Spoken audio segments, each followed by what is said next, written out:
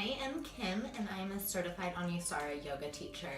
In the past few months in my yoga classes, we've been going over a lot of shoulder actions, and I wanted to share this simple way of working with the shoulders that I use in every yoga posture, especially when I'm feeling tight in my chest and overly rounded in my back, which can happen when I'm carrying something heavy or doing anything else like cooking or shoveling or working on the computer or using your smartphone a lot. So the actions we're going to use are, since we're going to do the opposite of what we tend to do off of our yoga mat, which is slouch and round and roll our shoulders up. And although we think when we do this kind of posture we're resting, we're actually creating quite a bit of tension in the upper neck in the front of the throat. So we're going to do 5 steps. First, we're going to lift up from our hips to our armpits. When we do this, we disengage that slouch. We don't want to overdo this shrug because then we'll strengthen these upper neck muscles. So we're just doing enough to create length. And then if we were to stop here and then just pull the head of the arm bones back, then we would pull the head of the arm bones up and towards the back of our neck. So after lengthening from the hips to the armpits, we're going to broaden across the collarbones. This is part of inner body bright, this inner brightening. And when you broaden the collarbones, the shoulders will drop and the upper neck will unengage. From this more open, unengaged place, we're going to pull the head of the arm bones back and we're going to guide them down towards the back of the heart. So instead of the shoulders going up and then towards the back of the ears, we're going to go up, broaden, and then pull back and come down. The tips of the shoulder blades are going to draw down into the heart, and the heart's going to lift. So that's the 5th step. So from the hips to the armpits, you lengthen, broaden across the collarbones, pull the head of the arm bones back, pull the head of then draw the tips of the shoulder blades down and lift to the heart. So now I'm going to show you this prone pec stretch prep. I love this because pec stretches are phenomenal. But in the past, I've always used a wall or the floor. So this way you don't need a wall or the floor. You can just do it anywhere, like so many possibilities. So take your arm up to the side and bend it, and bend that elbow so it goes straight back towards the wall behind you. Nice, and then you're gonna be examining the shoulder and actually look with your eyes so you see what's happening. From your hip to your armpit, lift that shoulder up towards your ear. That's your side body swan. Then broaden, let me get even closer. Broaden across the collarbone in the direction of the elbow. Then pull the head of your arm bone back. Yeah, and I like to use my opposite hand to make sure it's going back. And then pull the tip of your shoulder blade, which is probably winged out, into the back of your heart. And often when you pull the tip of the shoulder blade in, that elbow will drop. So can you pull the tip of your shoulder blade in while keeping your elbow broad so you can continue to broaden your shoulder? And then once you've got it here, this is like home base. This is like where the shoulder is integrated and safe and protected. If it has an injury, it's healing.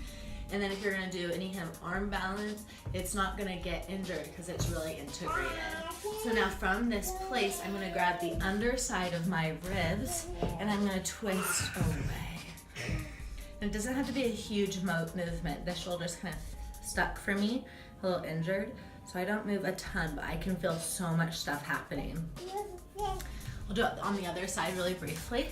From your hip to your armpit, lengthen, broaden across the elbow, pull the head of the shoulder back, squeeze the tip of the shoulder blade into the heart with a little lift of the heart.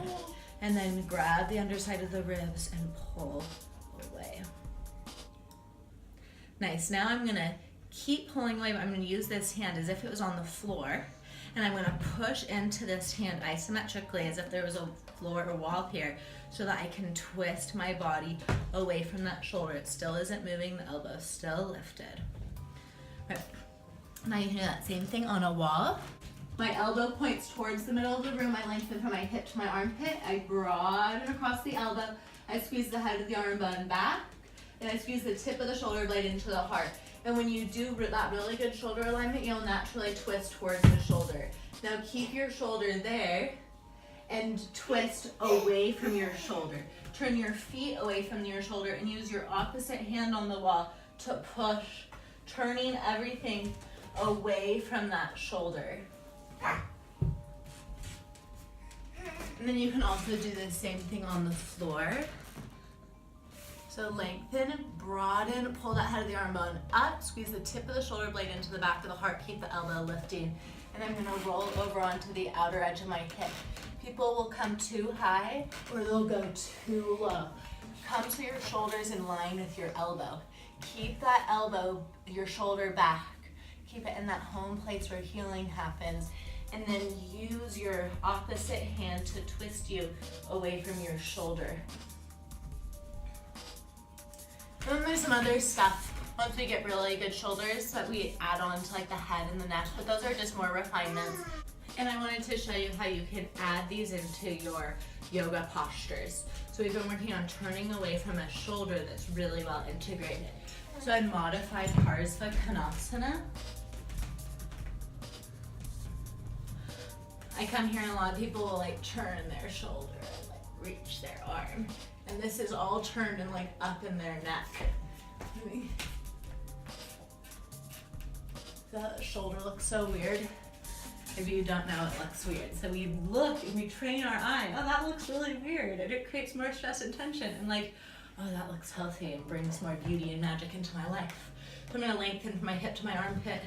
And then I'm gonna push out. I'm gonna broaden across my collarbone through my elbow.